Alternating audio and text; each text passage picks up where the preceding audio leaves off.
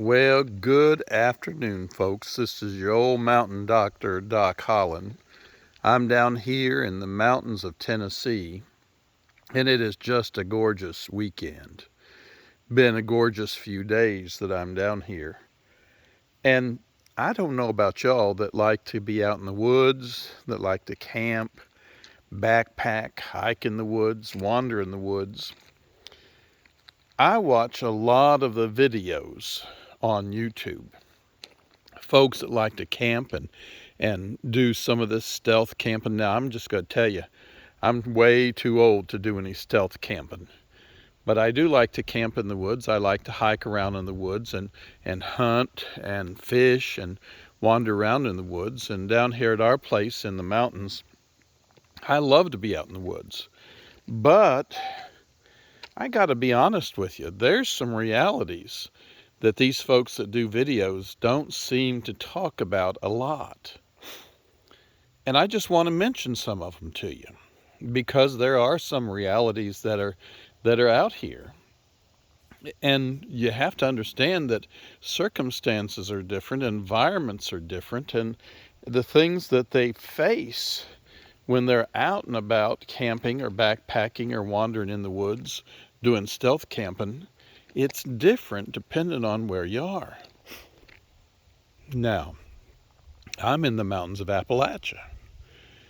Most of what I have here in this woods is hardwoods. Most of it is oak. There's some hickory. Every now and then, very, very seldom, are there any maples. Now, several years back, 15, 18, maybe 20 years ago, the pine borer beetle hit this area.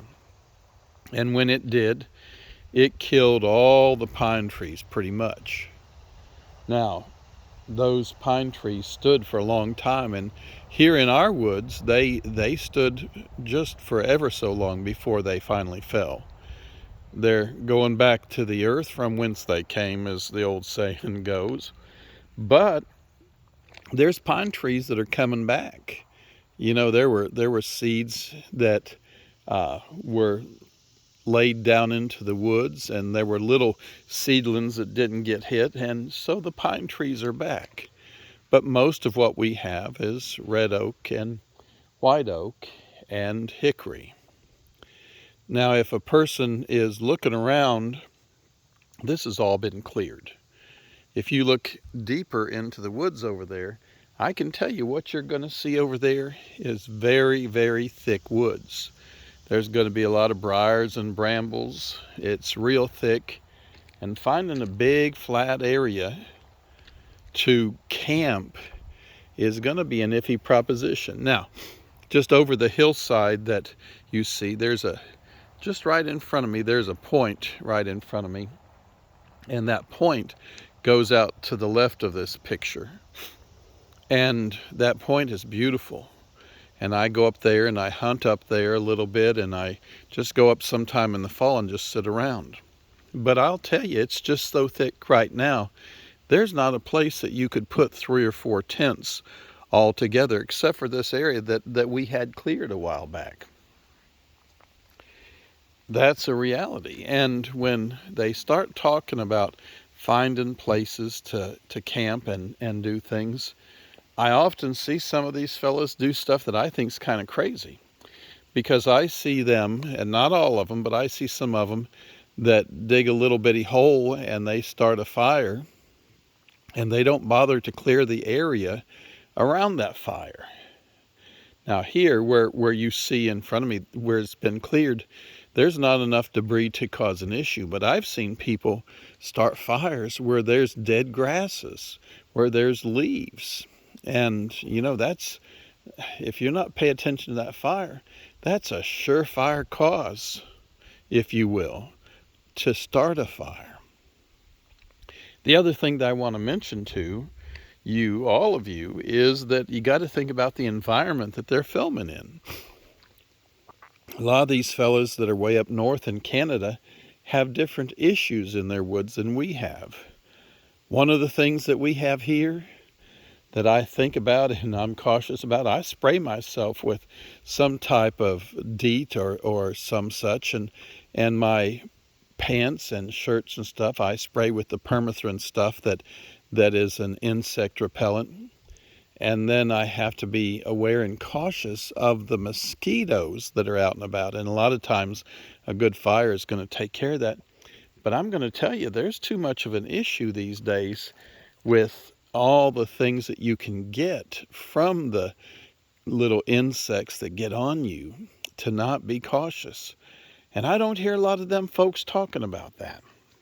Because you see, here in the woods and in the environs, just even around your house, in the mountains of Appalachia, you're going to have chiggers who will eat you alive. You're going to have ticks that'll get on you, and they'll just worry you to death. And, you know, those ticks can cause things like Lyme disease. And they don't talk about the ticks that might get on you. And then those mosquitoes, they carry disease also. And you don't want to be getting all your blood sucked out by the mosquitoes. Now, right up here, not too far from where we're looking right now, just past where that big tree root is, just right over in there, I have a mineral block for the deer. I don't hunt the deer here. It costs too much to hunt them. Up home in Ohio where I live, I have a lifetime hunting license. I can hunt deer for $20 a year, just buy a deer tag. I can hunt squirrel and things like that and rabbit without any extra charges because I've paid for hunting for all my life, and then I paid a one-time fee to be able to hunt for the rest of my life, this small game, and then pay a little extra to hunt deer. If I wanted to hunt duck and waterfowl, I'd have to pay for that type of license.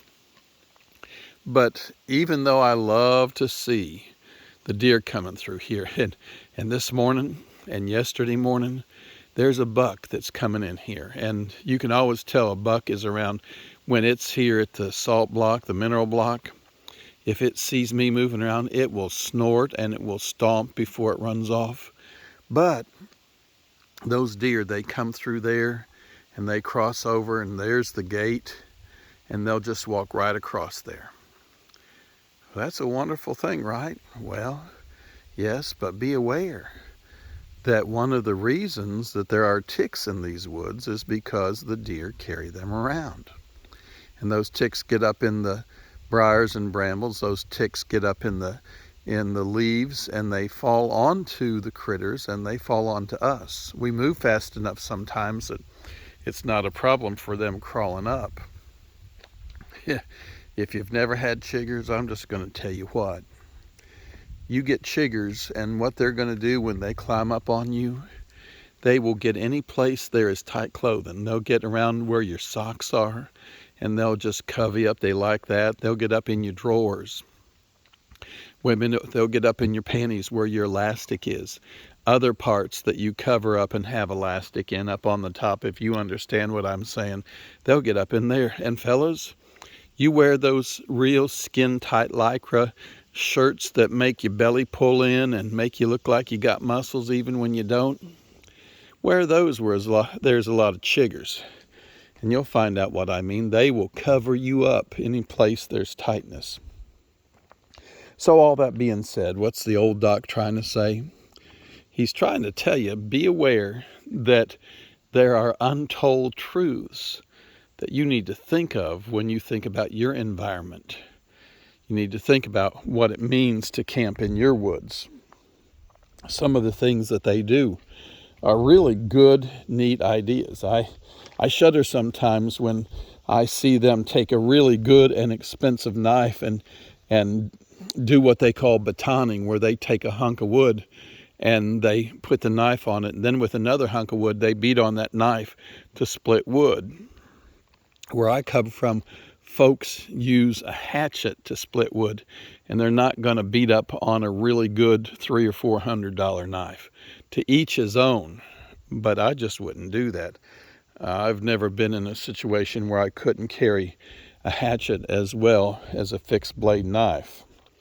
So that's just my opinion. I got to where I am after doing stupid things all my life.